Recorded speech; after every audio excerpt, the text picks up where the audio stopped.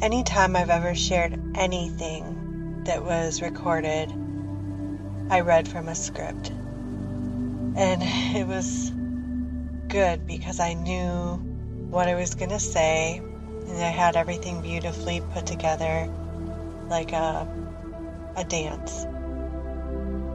But it was also equally hard for me because I'd have to read very carefully and slowly and cautiously because I battled dyslexia since I was, as long as I could remember, since I was a kid.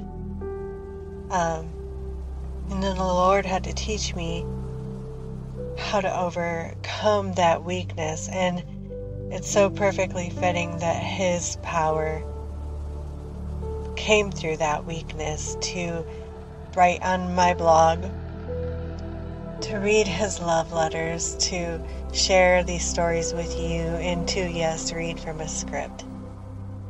But I'm going to try something new I have never done before, and that is I'm just going to go off the script right now for you and just share something that I recently had to overcome, and I'm hoping that it'll be a blessing to someone out there.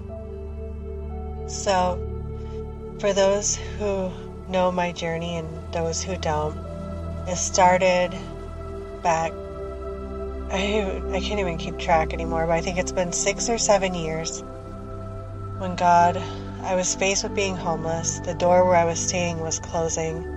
I had nowhere to go. I had no car. I wasn't in the state that I grew up in, and I literally, being an introvert, didn't know anybody, and I didn't have anyone to go to for help. So before it was time to go and I was frantic about what to do, God showed up to me one night and He gave me instructions and promises.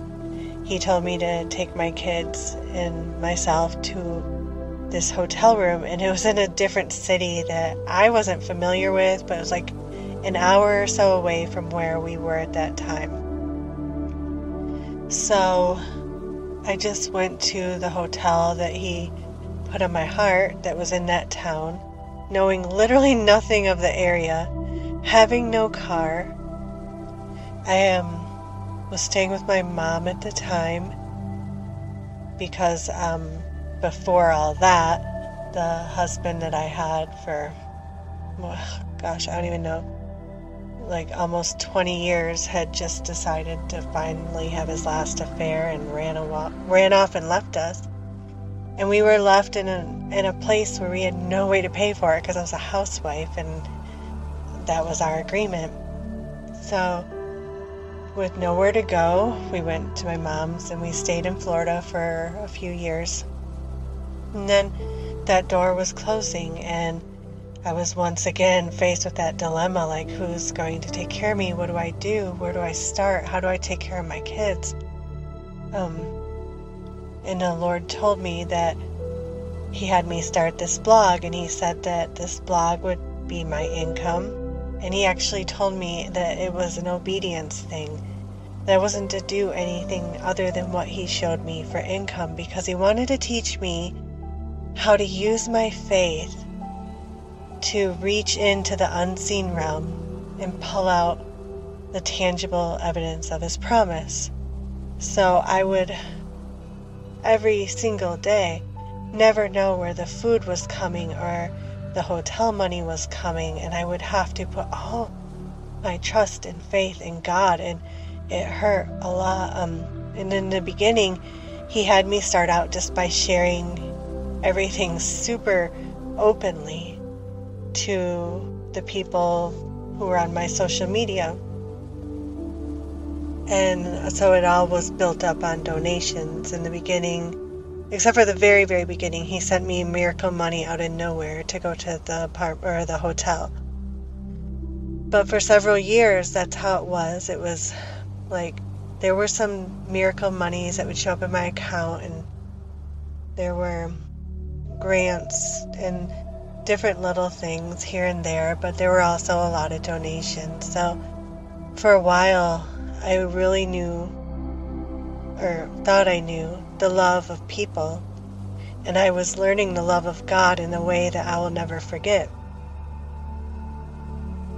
But when I was going through the most painful times, I remember being in a bathroom in a tiny motel room. Literally, I had 10 minutes before checkout. We had no car. I had nowhere to go. And I didn't know how I was going to pay for the room, and nothing was coming. And all night before that morning, God would promise me, I'll send my promise. Money will come. It'll show up. Just trust me.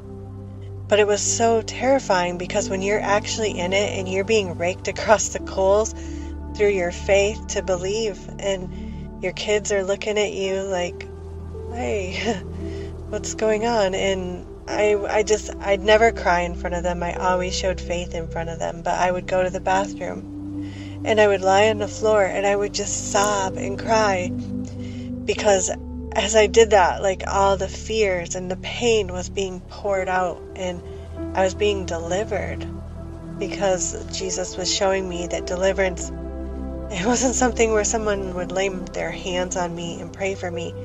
It would happen in the inside, where my mind would be transformed into His promises, but that came through the actual pressing of my faith in very difficult situations. So when I was going through that, it was so painful, and so I would be very open, and I would share the raw vulnerability of going through so much pain. And that is when I met the other side of the coin. There was nobody left that, like, I was related to who cared. I lost track of them for years. No one cared. It seemed that no one cared if we died or lived. There was very few precious souls who I cherished so much, who actually cared. And when they saw that I had a need, they wouldn't just say, "Oh, I'll pray for you," with their half-empty prayers, just something to say. They would actually extend a hand, and they would help, and they would send help without judgment, without conditions. And but the majority that I met were harsh and judgmental. More than half the people that walked with me in the beginning, who read my blog and who loved or said they loved, most of them fell off and turned the other cheek to me. There eventually became a line where they crossed, where their love became conditional and based on judgment and criticism. And so for a long time, so many years, in fact, I'm just now getting out of it, I was bitter. I was bitter towards people because I had this victim mentality. I was the victim, and they were the big bad bullies who were mean to me because they didn't love me, because they didn't care. They didn't care if we died or lived. But eventually, I had to realize that they weren't the ones that put me there, and they weren't the reasons I was there. They were not my source. They were not my Jesus.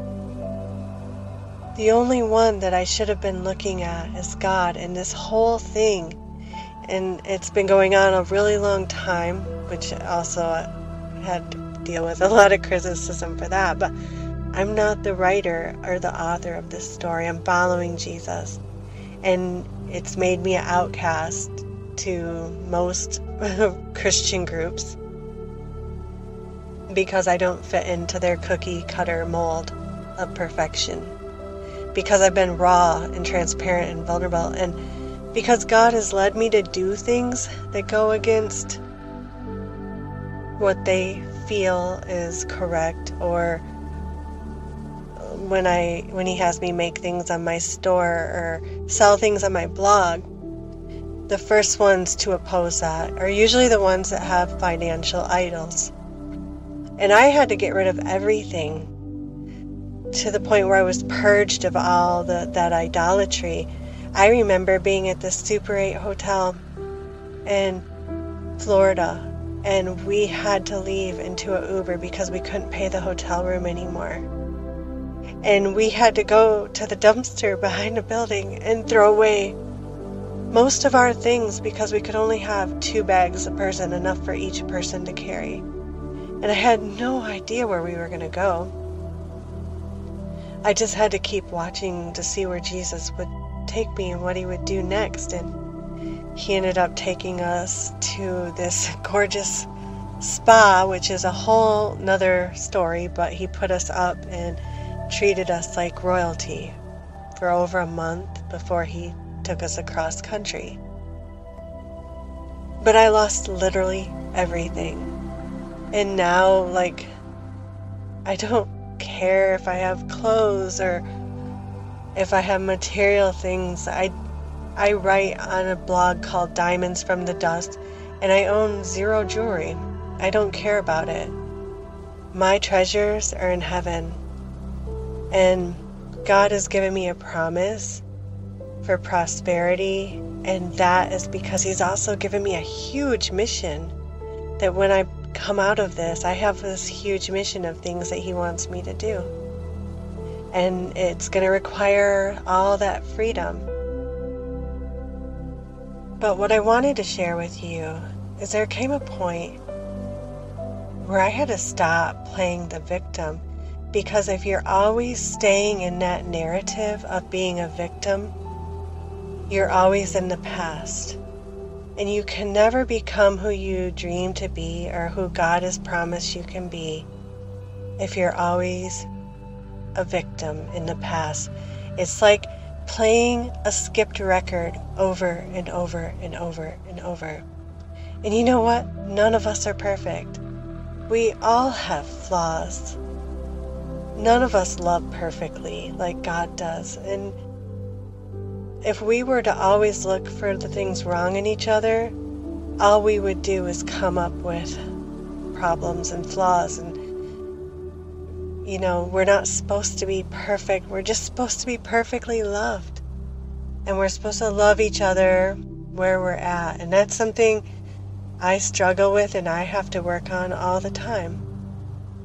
It's just part of growth and transformation.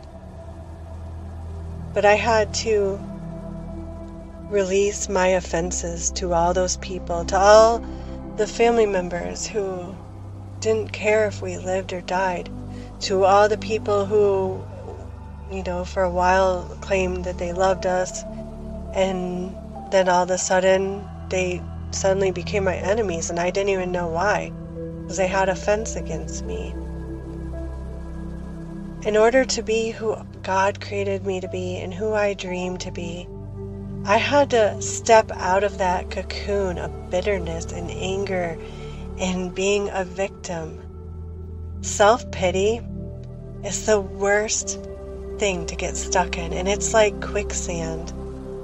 And it's just this point of overcoming when you're no longer a victim. And you learn to take that bitterness and you skate over it as an overcomer. And that's not who you are anymore. And you know what? God allowed that to happen. He allowed, you know, those hearts to be hardened for a time, maybe, to help you lean and depend on him. That's what he did for me, at least. Like where men in the Bible, where he would cut down how many people fought with them so that he could show that it was his glory, and so he could deliver them of fear. And I came out of this leaning on Jesus as my everything. And I have so much intimacy with him now that no matter what anyone ever says, I always know who I am in him, because I'm with him every day.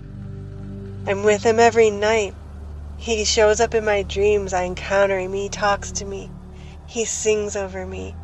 Every single day He tells me instructions of, what the lesson is for the day, or where the provision's going to be, or what he wants me to focus on.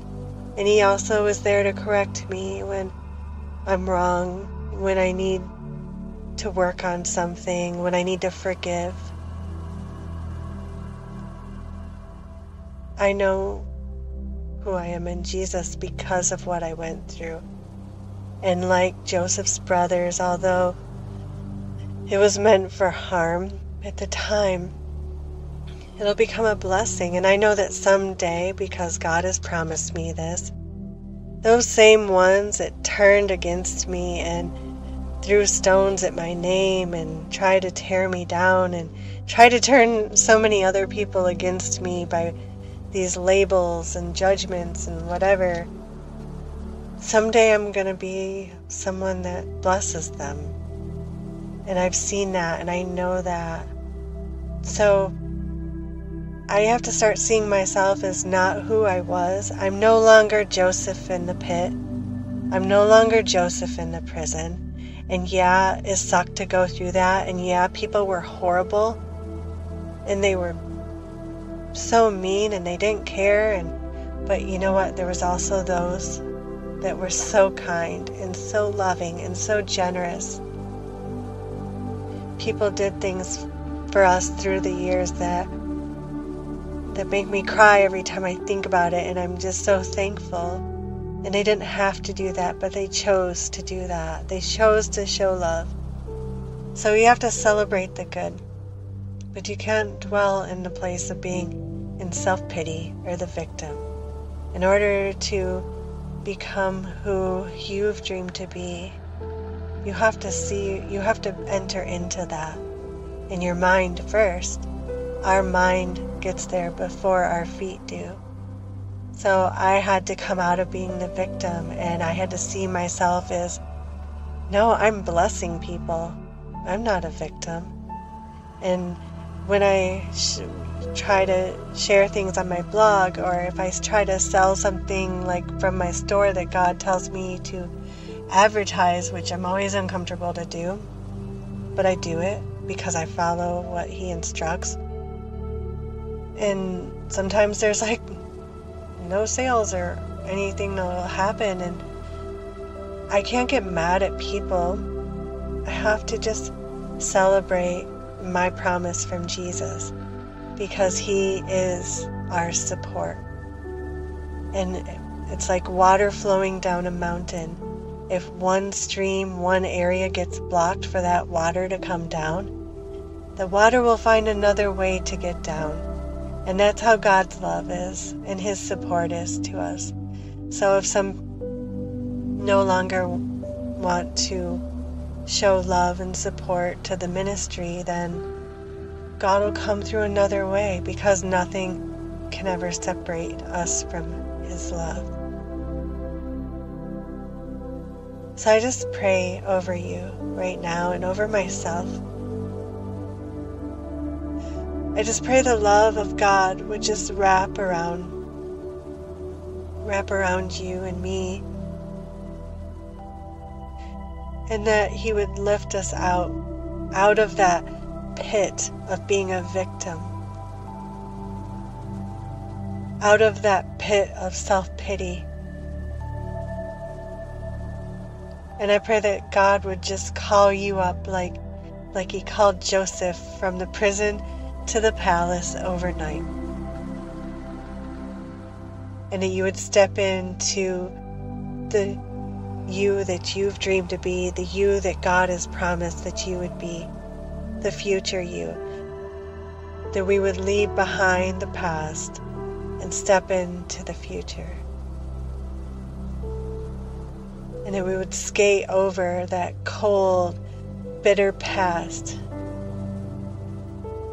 like an ice skater, so graceful and beautiful on the ice. And that we would make that painful past, that cold bitterness that we were dealt with, that people showed us, that bitterness would become part of the beauty of the whole dance, the whole show. Spectacular. like beauty out of the ashes, like diamonds out of the dust. Thank you for listening, and I love you, and I pray that tonight as you sleep that God would do something wonderful for you in your dreams while you sleep. Maybe you wake up to surprise blessings and answered prayers. And if you'd like to know more about my story, my journey, my books, and all the useful tools that I've created to help myself overcome such a really unsurvivable situation and to prosper through God's promises, come see me at diamondsfromthedust.com.